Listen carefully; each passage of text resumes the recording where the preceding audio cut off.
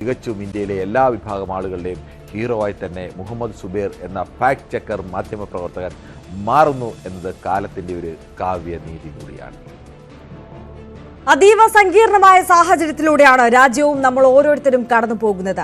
പഹൽഗാമിൽ നമ്മുടെ സഹോദരങ്ങളെ വധിച്ച തെമ്മാടി രാഷ്ട്രത്തിന്, ഭീകരവാദത്തിന് അവരെ അദൃശ്യമായി സഹായിച്ച ശക്തികൾക്ക് തക്കതായ സന്ദേശം ഓപ്പറേഷൻ സിന്ദൂറിലൂടെ ഇന്ത്യ നൽകിക്കഴിഞ്ഞു. പാകിസ്ഥാൻ പാലൂട്ടി വളർത്തിയ ഭീകരവാദികളെ അവരുടെ കോട്ടയിൽ പോയി ആക്രമിച്ച് ഇന്ത്യ. പക്ഷേ പാഠം പഠിക്കാത്ത പാകിസ്ഥാൻ അതിർത്തിയിൽ പ്രകോപനം തുടരുകയാണ്. സൈന്യം അപ്പപ്പോൾ മറുപടി നൽകുന്നുണ്ട്. അതിനിടയിൽ ലാഹോറിൽ സൈനിക വിന്യാസം പാകിസ്ഥാൻ വർദ്ധിപ്പിച്ചുവെന്നും ഇന്നലെ രാത്രിയോടെ പഞ്ചാബിന് മുകളിൽ പോർ വിമാനം എത്തി എന്ന തരത്തിലുള്ള പലവിധ റിപ്പോർട്ടുകൾ വരുന്ന ഒരു സാഹചര്യമാണ്. രാജ്യം അതീവ ജാഗ്രതയിലാണ്. നോക്കാം ഏറ്റവും പുതിയ അപ്ഡേറ്റുകൾ. നമ്മൾ സമഗ്രമായ ഒരു ബുള്ളറ്റിനിലേക്ക് കടക്കുകയാണ്. ആദ്യം തലക്കെട്ടുകൾ. പാകിസ്ഥാന് തിരിച്ചടി നൽകിയ പശ്ചാത്തലത്തിൽ രാജ്യം അതീവ ജാഗ്രതയിൽ. വ്യോമ മേഖലകളിൽ കർശന നിരീക്ഷണം. ജാഗരൂകമായി സുരക്ഷാ സേനകൾ. തിരിച്ചടിക്കുള്ള സാഹചര്യം ചർച്ച ചെയ്യാൻ ഡൽഹിയിൽ സർവകക്ഷി യോഗം 11 മണിക്ക്. പഹൽഗാം കൂട്ടക്കൊല നടത്തിയ ഭീകര സംഘ നേതാവ് സജ്ജാദ് ഗുൽ കേരളത്തിലും പഠിച്ചു. ബംഗളൂരുവിൽ MBA കഴിഞ്ഞ് കേരളത്തിലേക്ക് വന്നത് ലാബ് ടെക്നീഷ്യൻ കോഴ്സ് പഠിക്കാൻ. ഭീകരനാകും മുമ്പ് കശ്മീരിൽ ലാബ് നടത്തിയതായും സ്ഥിരീകരണം.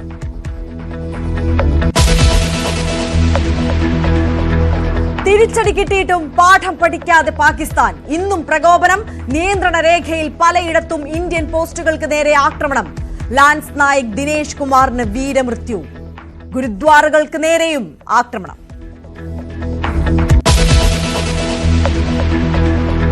പാകിസ്ഥാനിലെ ലാഹോറിൽ സ്ഫോടനമുണ്ടായതായി റിപ്പോർട്ട്. വോൾട്ടൺ റോഡിൽ 3 സ്ഫോടന ശബ്ദം കേട്ടതായി രാജ്യാന്തര മാധ്യമങ്ങൾ.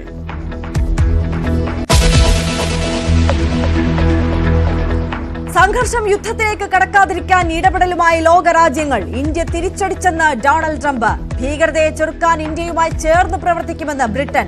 ആശങ്ക രേഖപ്പെടുത്തി UN. ഇന്ത്യയുമായി ആശയവിനിമയം നടത്തി ചൈന. ഇറാൻ വിദേശകാര്യമന്ത്രി ഡൽഹിയിൽ. ഇന്ത്യൻ മിസൈലുകൾ തകർത്ത ഭീകര കേന്ദ്രങ്ങളുടെ ഉപഗ്രഹ ചിത്രങ്ങൾ പുറത്തുവന്നത്. ബഹാവൽപൂരിലെയും മുറിത്കയിലെയും ദൃശ്യങ്ങൾ. ജയ്ഷെ ആസ്ഥാനം പൂർണ്ണമായും തകർന്നടിഞ്ഞതായി ദൃശ്യങ്ങളിൽ വ്യക്തം.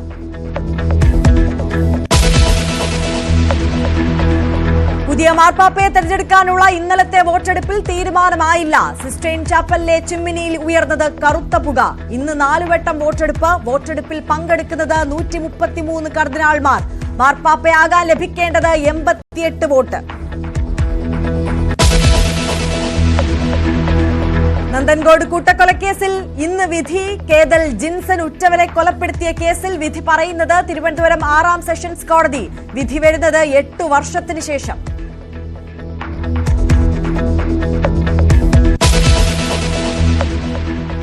വിശദമായി നോക്കാം. രാജ്യം അതീവ ജാഗ്രതയിൽ.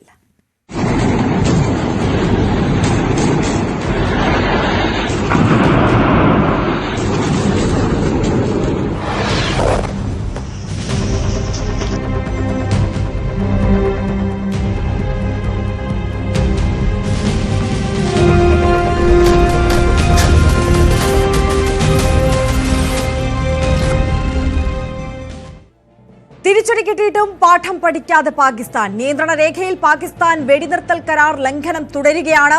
ഇന്നലെ ഉണ്ടായ ആക്രമണത്തിൽ ലാൻസ് നായിക് ദിനേശ് കുമാർ വീരമൃത്യു വരിച്ചു. ഓപ്പറേഷൻ സിന്ദൂറിന് ശേഷമുള്ള സാഹചര്യം സൂക്ഷ്മമായി നിരീക്ഷിച്ചു വരികയാണ് സർക്കാരും സൈന്യവും. സംഘർഷം ലഘൂകരിക്കാൻ അമേരിക്ക അടക്കമുള്ള ലോകരാജ്യങ്ങൾ ഇടപെടുന്നുണ്ട്. ഓപ്പറേഷൻ സിന്ദൂറിന്റെ പശ്ചാത്തലത്തിൽ സർക്കാർ വിളിച്ച സർവകക്ഷി യോഗം ഇന്ന് ചേരും. അതിനിടെ പൂഞ്ച് മേഖലയിലെ ഗുരുദ്വാരകൾക്ക് നേരെ പാകിസ്ഥാൻ ആക്രമണം നടത്തി. നിരവധി പേർക്ക് പരിക്കേറ്റു. ER രാഗേഷാണ് ആദ്യം നാഷണൽ ഡെസ്കിൽ നിന്ന് നമുക്കൊപ്പം ചേരുന്നത്. ER, പാഠം പഠിക്കാത്ത പാകിസ്ഥാൻ സാധാരണക്കാരായ ജനങ്ങൾക്ക് മേലുള്ള ആക്രമണം അത് നടത്തിക്കൊണ്ടേയിരിക്കുകയാണ്. അതിർത്തി പ്രദേശങ്ങളിൽ ഗുരുദ്വാരകൾക്ക് നേരെയൊക്കെ ആക്രമണം നടന്നു എന്നുള്ള ഏറ്റവും പുതിയ റിപ്പോർട്ടുകൾ വരുന്നുണ്ട്. അതേസമയം തന്നെ ഈ ലാഹോറിലടക്കം സേനകളെ വിന്യസിച്ചു. അവിടെ ചില പൊട്ടിത്തെറിയുടെ സൗണ്ടൊക്കെ കേട്ടു എന്ന തരത്തിലുള്ള അന്താരാഷ്ട്ര മാധ്യമങ്ങൾ റിപ്പോർട്ട് ചെയ്യുന്ന സാഹചര്യം. അതിർത്തിയിൽ നിന്നുള്ള ഏറ്റവും പുതിയ അപ്ഡേറ്റ്സ് അതെങ്ങനെയാണ്? ഓപ്പറേഷൻ സിന്ദൂറിന് ശേഷമാണ് അതിർത്തിയിൽ, പ്രത്യേകിച്ച് ജമ്മു കശ്മീരിലെ അതിർത്തിയിൽ പാകിസ്ഥാന്റെ പ്രകോപനം കൂടുതൽ ശക്തമായത്. കാരണം 9 കേന്ദ്രങ്ങൾ, 9 ഭീകര കേന്ദ്രങ്ങൾ ഇന്നലെ പുലർച്ചെയാണ് സൈന്യം തകർത്തത്. അതിനുശേഷമാണ് ഇത്തരത്തിൽ ജമ്മു കശ്മീർ അതിർത്തിയിൽ പാകിസ്ഥാന്റെ ഭാഗത്തുനിന്ന് ഷെല്ലാക്രമണം അടക്കം ശക്തമായത്. പ്രധാനമായും ജമ്മു മുതൽ കശ്മീർ വരെയുള്ള നിയന്ത്രണയോട് ചേർന്നുള്ള ജനവാസ കേന്ദ്രങ്ങളിലേക്ക് ഇന്ത്യൻ സൈനിക പോസ്റ്റുകൾക്ക് നേരെ കഴിഞ്ഞ 2 ആഴ്ചയായി അവിടെ വെടിവെപ്പ് നടക്കുന്നുണ്ട്. അതിന് പുറമെ സാധാരണക്കാർക്ക് നേരെ, ജനവാസ കേന്ദ്രങ്ങൾക്ക് നേരെ ആക്രമണം നടക്കുന്ന സാഹചര്യമുണ്ടായി. ഇതിൽ തന്നെ പൂഞ്ചിലും ഉറിയിലുമാണ് ഏറ്റവും കൂടുതൽ നാശനഷ്ടം ഉണ്ടായിട്ടുള്ളത്.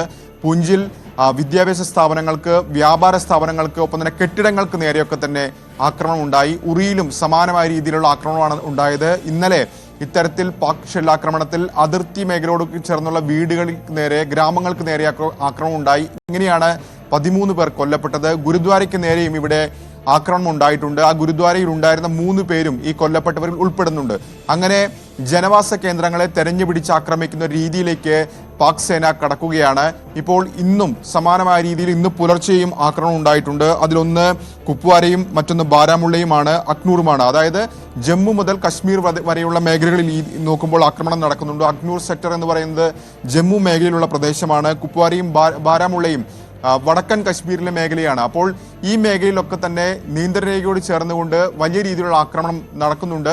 ഏതായാലും അതിർത്തിയിലെ സാഹചര്യം, പ്രത്യേകിച്ച് ഓപ്പറേഷൻ സിന്ദൂറിന് ശേഷം ജമ്മു കശ്മീർ അതിർത്തിയിലെ സാഹചര്യം സർക്കാർ സൂക്ഷ്മമായി വിലയിരുത്തുന്നുണ്ട്. കാരണം ഇന്നലെ പുലർച്ചെയാണ് ഇന്ത്യയുടെ ഒരു തിരിച്ചടി ഉണ്ടായത്. അതിനുശേഷം ഇന്നലെ രാത്രി വലിയ നിരീക്ഷണം, അല്ലെങ്കിൽ എന്താണ് അതിർത്തിയിൽ സംഭവിക്കുന്നത് തുടങ്ങിയ കാര്യങ്ങളൊക്കെ തന്നെ കേന്ദ്ര സർക്കാർ ഉറ്റുനോക്കുകയായിരുന്നു. കാരണം പാകിസ്ഥാന്റെ ഭാഗത്തുനിന്ന് പാകിസ്ഥാൻ തിരിച്ചടിക്കും എന്ന പരാമർശമാണ് പാക് മന്ത്രിമാരുടെ ഒക്കെ ഭാഗത്തുനിന്നുണ്ടായത്. ഇന്നലെ ഓപ്പറേഷൻ സിന്ദൂറിന് ശേഷം പാകിസ്ഥാന്റെ സുരക്ഷാ സമിതി യോഗം ചേർന്നിരുന്നു. ആ യോഗത്തിന് ശേഷം അവർ വ്യക്തമാക്കിയത് സൈന്യത്തിന് തിരിച്ചടിക്കാൻ, ഇന്ത്യക്ക് മറുപടി നൽകാൻ അധികാരം നൽകി എന്നുള്ളതായിരുന്നു.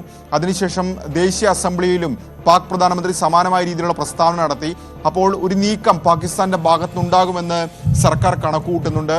ഇന്നലെ തന്നെ ലാഹോറിലടക്കം സൈനിക വിന്യാസം വർദ്ധിപ്പിക്കുകയും സൈനിക നീക്കം അവിടേക്ക് നടക്കുകയും ചെയ്തു. ലാഹോറിന്റെ ഏറ്റവും പ്രധാനപ്പെട്ട പ്രത്യേകത അത് പാകിസ്ഥാനിലെ ഏറ്റവും വലിയ 2ാമത്തെ നഗരം എന്നുള്ളത് മാത്രമല്ല, ഇന്ത്യയോട് ഏറ്റവും അടുത്ത് നിൽക്കുന്ന നഗരം എന്ന പ്രത്യേകത കൂടിയുണ്ട്. കാരണം അമൃത്സറിന്, അല്ലെങ്കിൽ ഇന്ത്യ അതിർത്തി, പഞ്ചാബിന്റെ ഇന്ത്യ അതിർത്തിയിൽ നിന്ന് ഏതാണ്ട് 30 കിലോമീറ്റർ താഴെ മാത്രം ദൂരമുള്ളൊരു നഗരമാണ് ലാഹോർ എന്ന് പറയുന്നത്.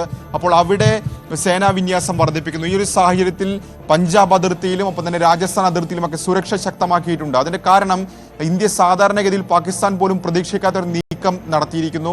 ജമ്മു കശ്മീർ അതിർത്തിയിൽ, പ്രത്യേകിച്ച് പാക് അധീന കശ്മീരിലെ ഭീകര താവളങ്ങളാണ് മുൻപൊക്കെ തന്നെ ഇന്ത്യ ലക്ഷ്യമിട്ടതെങ്കിൽ അതിൽ നിന്ന് വ്യത്യസ്തമായി പാക് പഞ്ചാബിലെ ഭീകര കേന്ദ്രങ്ങൾ കൂടി, ജെയ്ഷ് ഇ മുഹമ്മദിന്റെ ആസ്ഥാനം, ഒപ്പം തന്നെ ലഷ്കർ ഇ തൈബയുടെ ആസ്ഥാനം, ഇതൊക്കെ തകർക്കുന്ന നിലയിലേക്ക് ഇന്ത്യ കടന്നിരുന്നു. അപ്പോൾ പഞ്ചാബ് അതിർത്തിയിലും രാജസ്ഥാൻ അതിർത്തിയിലും ഒക്കെ ഇതിന് കണക്കിലെടുത്തുകൊണ്ട് സുരക്ഷ ശക്തമാക്കുകയും ചെയ്തിട്ടുണ്ട്. ഏതായാലും കര, നാവിക, വ്യോമസേനകൾ അതീവ ജാഗ്രത പുലർത്തുന്നുണ്ട്.